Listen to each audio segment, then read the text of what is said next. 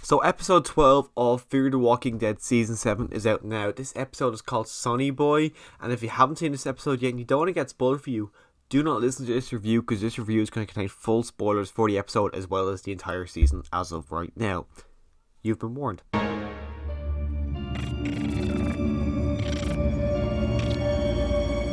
So I wasn't impressed with the first 3 episodes of the second half of season 11. Last week's episode 11, was better than the first 2, but I had no interest in really rushing into this episode. I wasn't that pushed. I had no urgency, but decided to watch it anyways.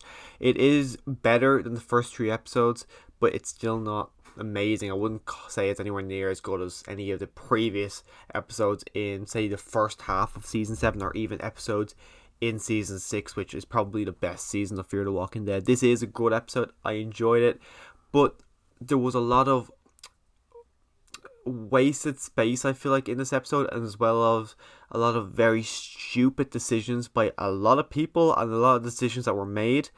If they made slightly different decisions, the season, the issues, all the troubles they're having would have been solved, and it's just very irritating that they made and are constantly making the same stupid decisions that they have been making for the entirety of season 7.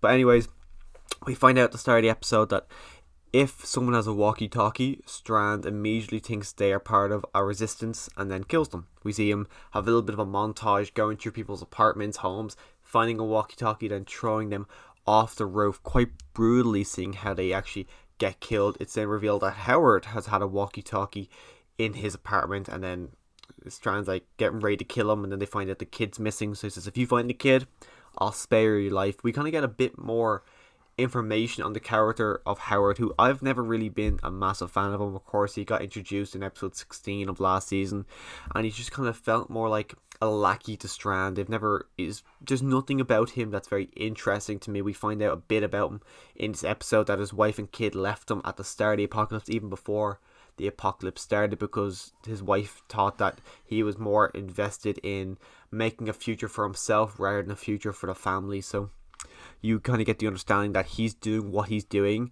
so he can create a big beacon out there so his family see the beacon and come to him, rather than doing it for other people, which makes sense. Of course, he wants his family to be safe, but then it's later on revealed in the episode that Strand actually found his family a couple of weeks or a couple of months back, which I actually don't know how long it's been since the season finale of season 6, because baby Mo looks like a 2-year-old. So I don't know how long it's been. I don't know, maybe the kid is, maybe it's not a 2-year-old, maybe it's a 1-year-old, but the kid looks a lot older than what I remember it being when we first saw him at the start of season 7. It looks like the kid's got a big afro now. Who knows how long it's been, but it's very, very old looking now, and it's just, I wonder how long it's been. At the start of the episode, we do get a small glimpse of Charlie, and we see that she's slowly dying from radiation poisoning. She's getting rashes all over her face and her side and everything, and she looks in misery. There's no cure for it, so she's literally just dying a slow death. And of course, this is like a question we have in everyday life. If someone's dying like this with no cure, why would we let them just keep dying in pain? And this is one that in the zombie apocalypse I feel like would be more prominent, because they're actually using their resources, very limited resources, to keep her comfortable for a little while. And I get it, she's a kid, it's even more debatable, but it just feels like, wouldn't you prefer to put her out of her misery? Because it's inevitable, she is going to die. But that is a question. It's probably a very harsh question that's being asked, but it's a question I've been saying ever since the start of The Walking Dead. And you see someone who gets bit and they have a fever, and they're giving them pills to try and bring their fever down.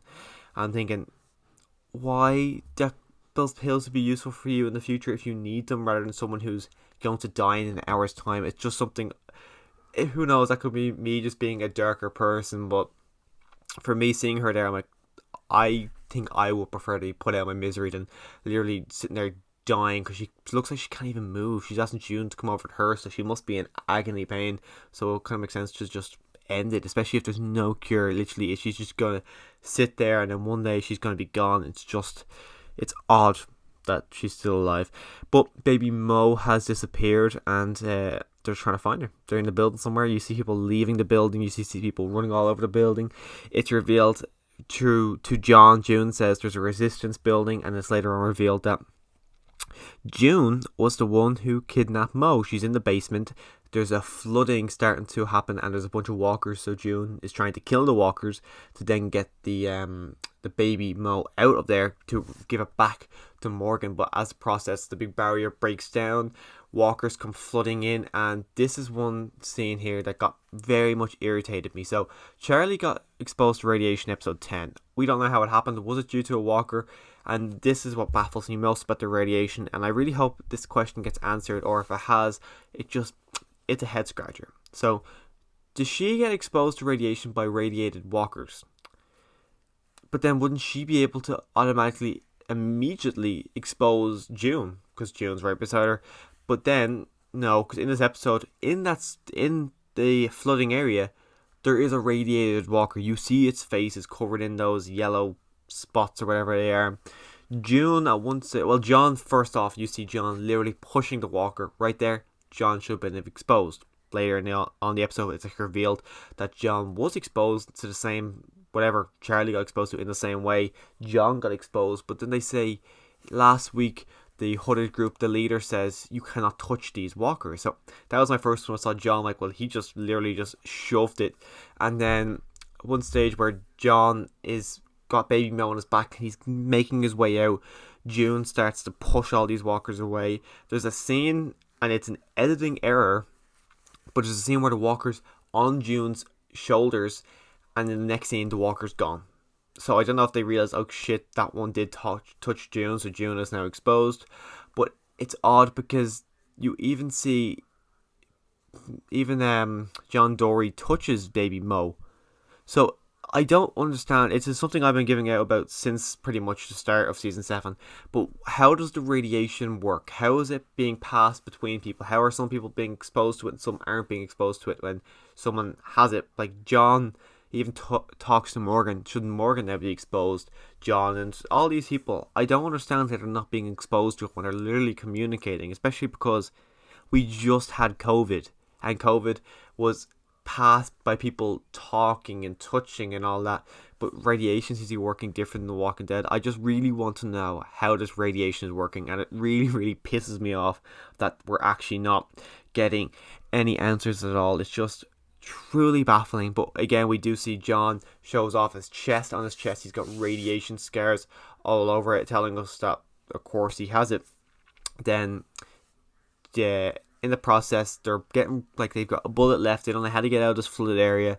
Strand shows up with Howard, and then Howard says, I found them. Strand says, no, John found them. Goes up to the roof. They're talking. They're discussing. Strand tells John to kill Howard. John doesn't do it. He tells him that he was the one who hid the walkie-talkie there, leading to Howard's death being thrown off the roof, which was well deserved. So after John does what he does to Howard by killing him, throwing him off the roof, he then becomes Strand's number 2. So he gets Howard's apartment, he sits there, he is drinking like a shit ton. You see him pouring, I think, like 10 glasses of, I want to say scotch. I don't drink, so I don't know. Then Strand comes in with the kid, and then he's saying how he's going to take full custody of the child. I was thinking, it's a zombie apocalypse. You can just do that if you want, I assume. And he goes, well, the mother, of course, Grace. Strand says, not the mother, she's just as filling in.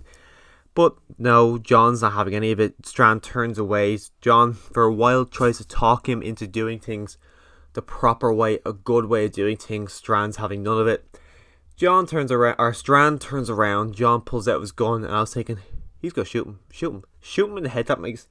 That is the best thing you could do in these circumstances. If you shoot Strand in the head, that is your problems gone away, because the place would fall apart because there's no one next in command. Of course, you're second in command, but maybe people won't listen to you because you've just got the job. But it's going to fall apart because there's no real structure. Everything relies on Strand in there. So if Strand's gone, your problem's gone. But no, he just knocked him unconscious, took the kid, and then they start to make their way throughout the walkers. And I was thinking, first off, well, you can kill him, that's your problem's gone. Then you could move your people in there and then assert your dominance, and then you're in control. Or you could knock him out, as he did, and lock him in a room and get all your people out of there. Of course, it might be difficult, it might be hard, but if you lock him in a room somewhere where he can't just scream and get everyone's attention. If you've done that, you could have got all your people out there. And if you got all your people out there, get the fuck out of Texas. It is truly baffling why they're staying in Texas. But he knocks Strand unconscious, then he starts making his way out there. He's got Mo underneath the armor, so then you see Grace, June, and Wendell standing back there watching him leave. He goes out there, he starts making his way out. All the three people who were there with him have now been captured by Strand.